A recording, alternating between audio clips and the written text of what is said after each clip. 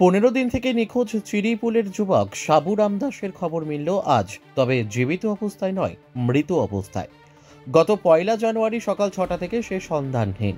আজ সকালবেলা তার বাড়ি থেকে 1.5 কিলোমিটার দূরত্ব গোবিন্দনগর চতুর্থ খণ্ডের এক পাহাড়ের জঙ্গলের ভেতরে পচা গলা অবস্থায় তার মৃতদেহ প্রত্যক্ষ করেন জঙ্গলে জ্বালানি কাঠ আনতে যাওয়া স্থানীয় জনৈক কয়েকজন ব্যক্তি।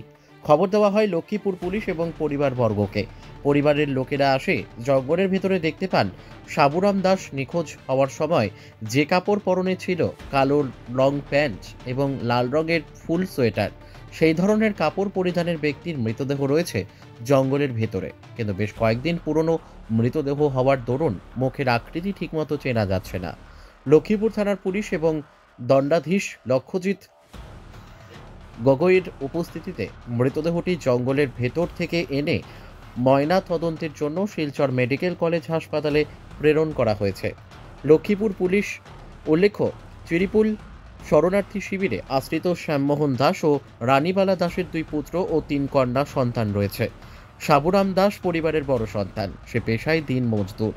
বিগত 21 বছর পূর্বে মণিপুরে জাতি দাঙ্গার ভয়ে প্রাণ বাঁচাতে জিরিবামের জাকুরাডর থেকে কাছাড়ের মাটিতে আশ্রয় নেয়। Bureau report, SV Times news.